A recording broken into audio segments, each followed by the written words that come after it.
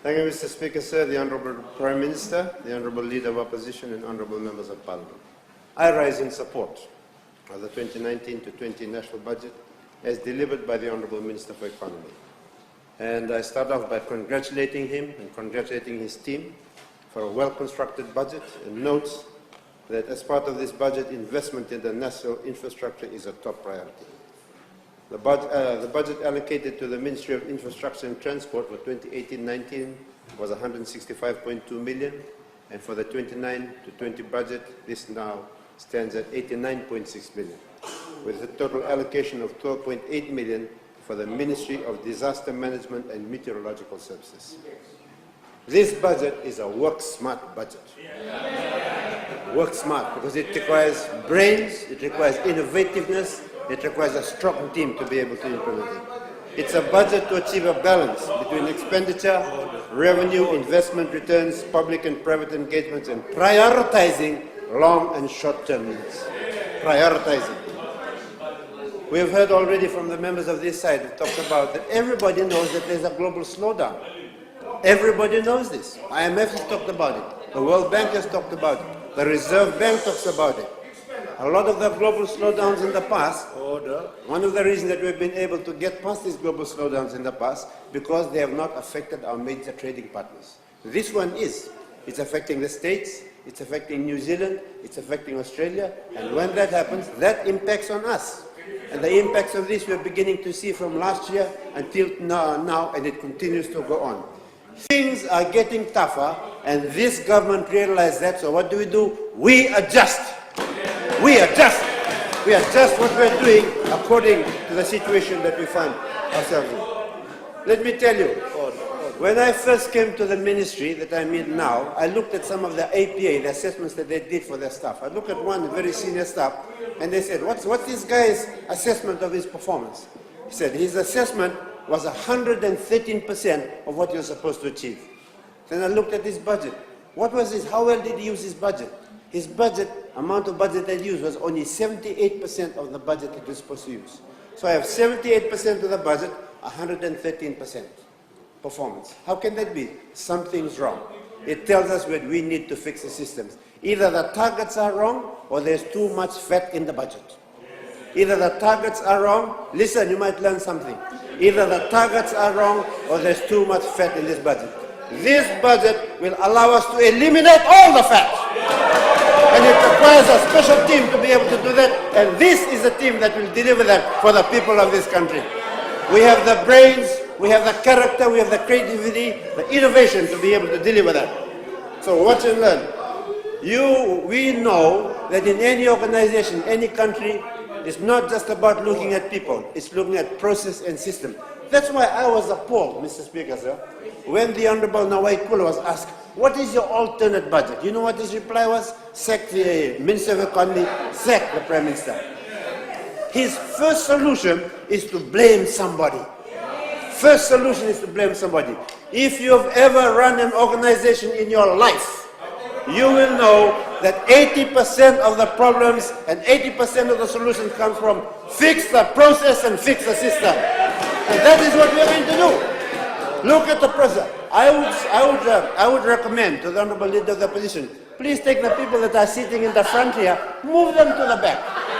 Move Linda up to the front, and that group, you know why? Because Linda at least suggested something that are useful. This lot, their alternate budget is absolute. Here's a new word for you, bollocks. Bollocks. Absolute bollocks. That's what it's all about. The Honourable Tumbuya, the Honourable Tumbuya. As I was listening to the debate, I might not talk too much about my ministry today, but I was listening to some of the things that the Honourable Ngere Tumbuya asked. She asked, what is going to be the legacy of this government? What is going to be the legacy of this government? Let me tell you what the legacy of this government is going to be. The Honourable Leader of the Opposition asked us to consider the servicemen, the people who give their lives in service of this nation. What has this government under this leader done for the servicemen of this country? What has it done? What has it done? We have had servicemen that have been serving our country in the wars, World War I, World War II, they went to Malaya, they went to Christmas Island, they got involved in the aftercare fund. All the military people who came into government, prime ministers, ministers, they did not do anything until Honorable Bainimarama fixed and allowed them to enter into the aftercare fund in 2008.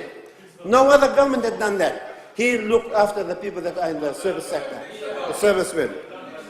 People used to get injured in Lebanon. Nobody would make sure that they got workers' compensation. Nobody. Nobody did that. All the people that had been in the military come to government, nobody did until he fixed the workers' compensation in the 2012. 2012, members of the military who had been injured or hurt in the Middle East, they began to get the compensation that they need.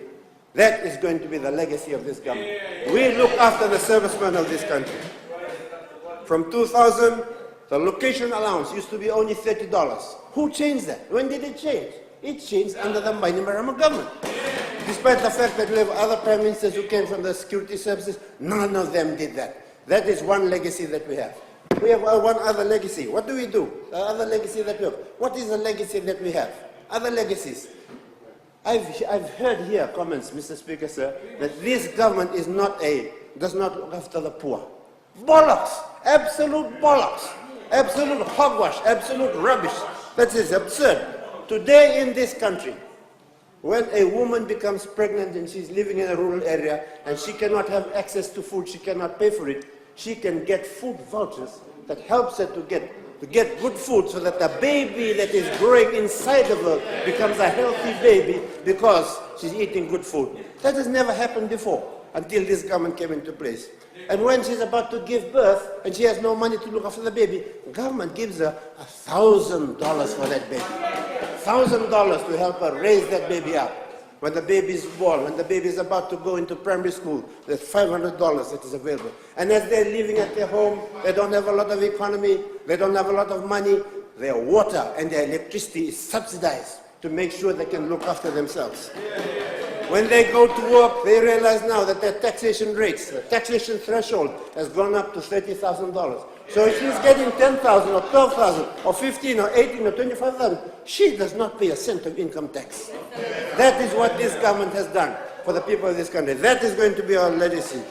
Now when people go to early childhood, we are setting up early childhood centers all over the country, looking after the young of this country. Infant school, primary school, secondary school, fees are not paid. Fees are not paid. You don't have to worry about the cost of your bus fare. This government is paying for the bus fare to make sure that every child in this country gets an education. That is going to be the legacy of this particular government. Tails and toppers. Earlier on, I heard the Honourable Leader of the Opposition said that under his government, they had actually introduced the national minimum wage. Absolute bollocks. Absolute bollocks. Yes, we used to have the wage regulation orders before, but the first national minimum wage was only introduced under this government. We had the wage regulation orders before, I believe that, I understand that, I know that. National minimum wage, there was nothing looking after the people working as babysitters, as farmers out in the village, nothing. It was not until this government came on board that that happened. So we've had a lot of these, all sorts of things that people have been talking about. The Honourable Leader of the Opposition talked about the building of that back road in Danarau. He said it cost $12 million per kilometer? $12 million per kilometer? That is correct. It did cost about $12 million per kilometer. But listen, hold on. Listen. Hold your horse. Hold your horse. Hold it tight, hold it tight, hold it tight. A total of $12 million is about right, but that is not just for the road. It includes land acquisition, utilities, side road works, lighting, traffic signals, pedestrian controls, and landscaping. And we looked at how much it cost. Underground cabling. We looked at how much it costs in Australia. In Australia, they are normally referenced, the urban roads in Australia can be from 3 to 5 million Australian dollars per lane kilometer. So a 4-lane road like the one we have there in Danarau can cost between, listen, 12 to 20 million Australian. 12 to 20. So I say once again, absolute bollocks. Absolute bollocks. The Honourable Tevita, Naburelebu talked about the fact that some of the roads, Lambasa to Wenikoro, Sangani, Vaturawa, meeting Sub-Sub Road, the work there was only done way back in the 1990s. I say, what bollocks. Absolute bollocks. From the records that I hear, work has been going on. We've had the Wenikoro government, the tar sealing there, Daku Hill, the traction seal, Vatovanai Hill, all that work has been carried out. Honorable Nico Nawaikul has asked, how are we going to fix the potholes? We fix the potholes by assigning money in the budget for the potholes to be fixed. That's how we do it. We have $74.2 million being provided for renewals and replacement of roads. And at the same time, we are taking a stronger preventive approach to making sure that we don't have potholes in the first place. It's a proactive and preventive approach so that we can make sure the honorable members of Parliament on the other side, they can ride safely on the roads when they go home. Whether it's a bus or taxi or one of their limousines, they're fine. That's all going to happen. The Honorable Simone Rousseau has asked about jetties in Vunisea and Kavala need upgrading. Earlier on this year, there were repairs already done for Vunisea. I would like the Honorable Rousseau to know there's more money available here for Vunisea. And also, Mr. Speaker, sir, for Wainiambia also in Lakemba. This year, we will also have repairs there. Honorable Suliano Matentumbua said they have this lovely water source at Wainandoi, and there was no consultation with the landowners. He said that yesterday. Little does he know that consultation took place 2 weeks before that. Consultation has been undertaken, and now we are waiting for the consent of the landowners. Honorable Moses Mbulitava complained about the fact that we are fining drivers because they are overloaded. We have had a lot. Do you know that the road to Vesindrua now is falling apart? Vesindrua now. Do you know why it's falling apart? Because overladen trucks were going across that road. We have to put a stop to this. We have to put a stop to this. If we do not limit the weight that we have on the trucks, it will mean that we will destroy the roads and the bridges that we have in this country. So many of our bridges are under attack because of that. We have $67.6 million that is allocated for the upgrade and replacement of bridges. My schoolmate and housemate and classmate, the Honorable Kurindani, has said that the budget has nothing on the island of Kandavu, and questions why 3 members of Parliament from Kandavu, Honorable O'Connor, Honorable Korlavisau, and also me, since I'm a Kandavuan, did not influence the architect of the budget. Come on. Bollocks, bollocks, bollocks. In my ministry alone, my ministry, I'm not talking about fisheries or agriculture or education or health. My ministry, one ministry, the amount of money that you will be spending in Kandavu in the new budget is $6.1 million. That's just one ministry. If we add on all the others, it'll be a whole lot of money. So the people in Kandavu, they know this government, even though they voted for my schoolmate there, this government will serve everybody because we serve every single person in this country. We don't distinguish between race, color, where you are, whether you voted us or not. We are here to serve you. And you know, next time around, when you come to elections, you know who to vote for. So I think I've exhausted that bit, Mr. Speaker, sir.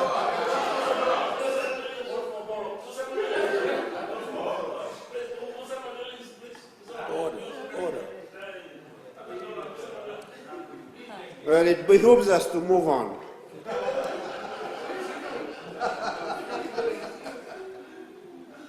Mr. Speaker, sir, 24.8 million in the budget has been allocated towards improving accessibility, reliability, and sustainability of energy services to all Fijians. We will extend the electric grid in order to improve access to electricity to nearly 1,800 households, affecting 9,000 individuals at a cost of $9.2 million. $3.2 million will be invested in house wiring initiatives for 3,000 households, benefiting 15,000 individuals. We have not forgotten the victims of the 2 major destructive cyclones, Winston and Kenny.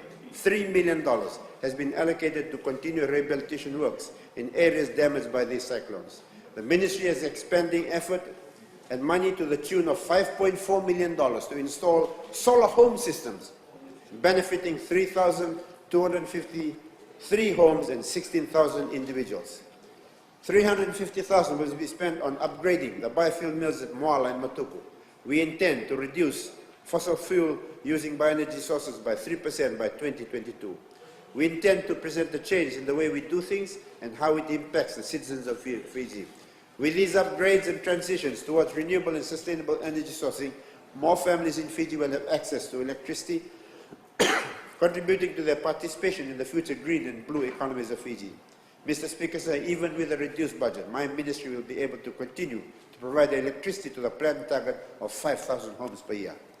Working smart, we have engaged strategies at no additional cost to improve and enhance the conventional and renewable energy sourcing to complete ongoing projects for selected communities as promised in previous year's budget initiatives. Mr. Speaker, sir, another essential service to all citizens of Fiji is provisioning of clean water and access to wastewater systems. Under the 5 and 20-year Fiji National Development Plan, approximately 78% of Fiji's population has access to a treated and reticulated water supply, and 71% has access to improved sanitation.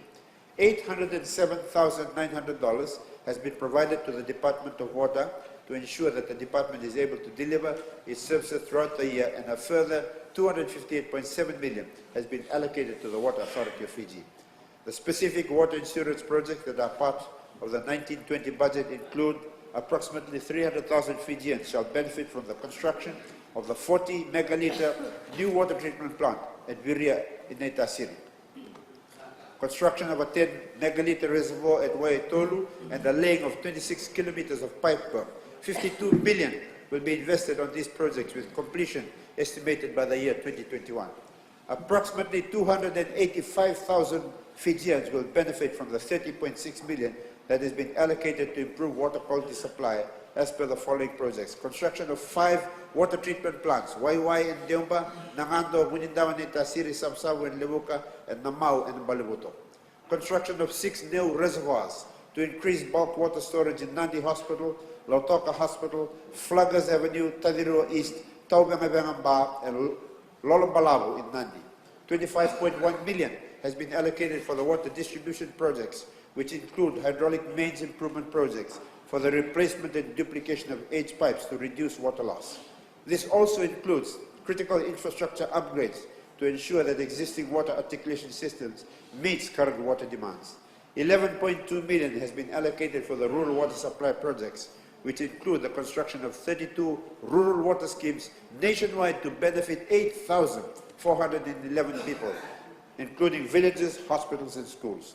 This includes the maintenance of the EPS systems, desalination plants, and continuing work on the rural boreholes. 5 million has been allocated to continue with the rainwater harvesting programs, where eligible households get 5,000-litre water tanks. 4.1 million has been allocated for non-revenue water reduction programs, including leak detection, pressure management, service pipe replacement, and air and boundary valve replacement programs, with an effort to reduce non-revenue water further to 25% by the year 2021. 2 million has been allocated for meter replacement programs. 10.5 million has been allocated for Kinoa wastewater treatment plant upgrading works to increase the capacity of the plant and reduce odor, benefiting over 220,000 people. This also includes the design works for wastewater treatment plant upgrades of Natambua and Namara to increase loading capacity to cater for existing customers, and new upcoming subdivisions planned for nearby areas.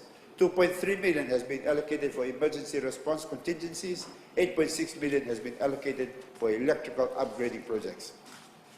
In addition to this, the Ministry is developing an integrated water resource management plan as per the Work Smart initiative.